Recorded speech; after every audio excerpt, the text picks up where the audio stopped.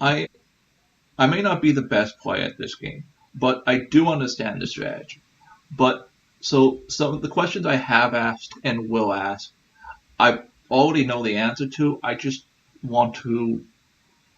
I feel like I'm not doing enough for the guild. So I wanted to do what I could to help the guild in my own way. And since I know how to do a bit of video editing and know you like to talk about the game, and I figured this would be a good compromise since my depression. I know I'm doing my GBG, but I feel like I should be doing more. So this is my compromise. If you want, I can just start with like a top-down perspective of how I view the game, and then you can ask questions about that. That would probably be a good thing. Does that work? Yeah, it works. Okay. All right. So Legendary Game of Heroes, at first glance, seems to be a match 3 game, right? Your first day playing it, you have basic team, you start matching gems. It's just like any other match 3 game. But at a certain point, the strategy becomes less about the match 3. It's all about card interactions. The very first thing a lot of people do is they build some sort of monochromatic team. So you have all one color, and that way a single match synergizes with all of them. The goal, in effect, is to continuously charge up your skills, activate the skills in a certain order, and then attack with whatever they produce. So good strategies include, say, having skills that produce more gems, having skills that produce power gems, having skills that amplify attack, and all the turns in which you're not using those skills are wasted. They just don't matter to me. You get them out of the way as fast as possible just so you can get back to that skill turn. And that's what separates it, in my opinion, from a lot of match 3 games where every turn matters. Well, here, only certain turns matter, and that's if you set them up to matter the most. So are skills with shorter recharge time better than skills with longer recharge time then? Not necessarily. You have to weigh it against the effectiveness of the skill. For example, there is a skill in this game that produces 7 power gem 4s. So to repeat that is 7 of the maximum power gem. It has a cooldown of 9 turns. Now, if you can get those 9 turns out of the way really fast, that is an immensely powerful skill. And so I might consider building a deck just around that and play 8 turns of doing, fast action and then 1 turn of a big attack. That said, powerful skills with short cooldown times are the ideal. So what you really want is you want that 2 turn cooldown that takes 9 gems and you can just go and go and go. But that's pretty rare to find. At first glance, it was a match 3 game. However, once you get farther into the game, you become more adept at playing, I guess you could say, a chance of monochromatic teams. But a lot of people, when they start the game, is they have 1 light, 1 dark, 1 earth, water, and fire, and then they build their teams. And then they think if they max out their teams, then that's it. I think it took a couple of people from the guild quite some time to realize that once the cards are activated, those shiny lights in the corner of the card when you play the game, they actually do something. Not many people do that.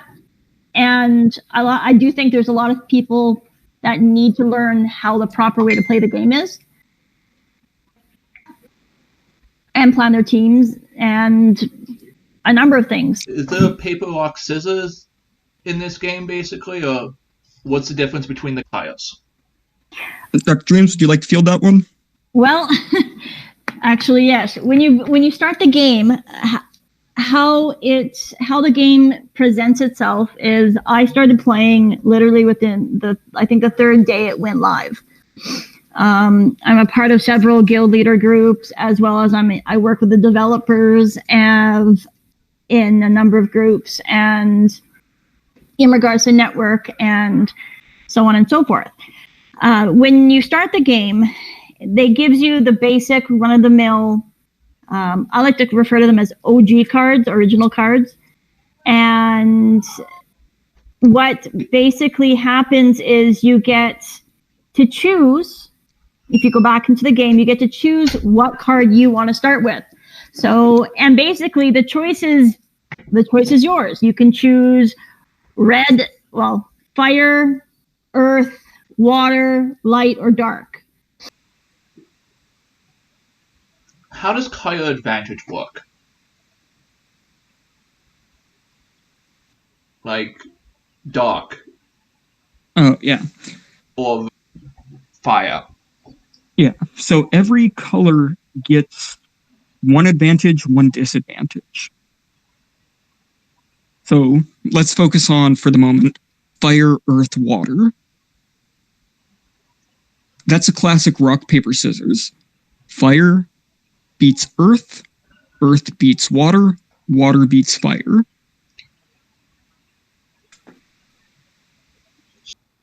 I've referred to the Kaya. I've always referred to the Kayas. I know this isn't what they're called, but I've referred to them as blue, red, green, white, and black. And white and black don't interact with the other three at all, do they? They do not. That is correct. Yeah. That's why a lot of people have just dark teams or just light teams, because I have found that a lot of the teams have, each card has its own strength and weakness. However, it's always been the proverbial battle between light versus dark. And to me, those two are the strongest teams out there. To add on to that, the benefit of having a light or a dark team is that if you play red, blue, green, or earth, water, fire, there is, as you said, this rock, paper, scissors in effect. Yep. But if you play light or dark, you can fight earth, water, or fire with no disadvantage at any time. So you'll need one team to fight 3 other colors, which is a benefit. That said, I enjoy the classic rock, paper, scissors, so I try to have a fire, a water, and an earth set up at all times. Yep, same here. So each card is made up of HP, attack, and defense, right? So it's attack, recovery, hit point, defense. Yeah. What's the difference between all of those, I should say? You can take that one, Austin. All right. Well, attack is pretty straightforward. Attack says, when you make a match of 3, how much damage do you do? And so if you make a match of 4, it scales in some manner, but that's the basic point of the attack stat. Now, recovery says, when you heal, which is you make a match of 3 hearts, how much do you regain in health? So that's what recovery is. Recovery can be altered by a lot of different relics, as well as some other special abilities. Defense is how much hit points do you have in general. So a good thing to note is that if you are making a warden team, that is guild versus guild defender team, recovery becomes a worthless stat, because you will never be able to match 3 hearts to heal. Mm-hmm. And all 3 of those are averaged together to make the power score of the card.